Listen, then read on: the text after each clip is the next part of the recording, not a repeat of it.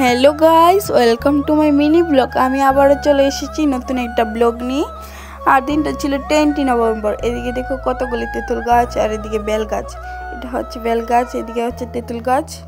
আমি এসেছি আমাদের দরগার মন্দিরে। আর এদিকে দেখো দরগার মন্দিরের তেঁতুল গাছ। এদিকে দেখো কতগুলি আবর্জনা পড়ে রয়েছে দরগার মন্দিরের গাছের আবর্জনা। আর এদিকে দেখো তোমাদের সঙ্গে কথা বলতে বলতে আমি এসেও পড়েছি মন্দিরে। আর এদিকে দেখো আমাদের গাজী বাবার মন্দির। এটাই হচ্ছে আমাদের দরগা মন্দিরের গাজী বাবা।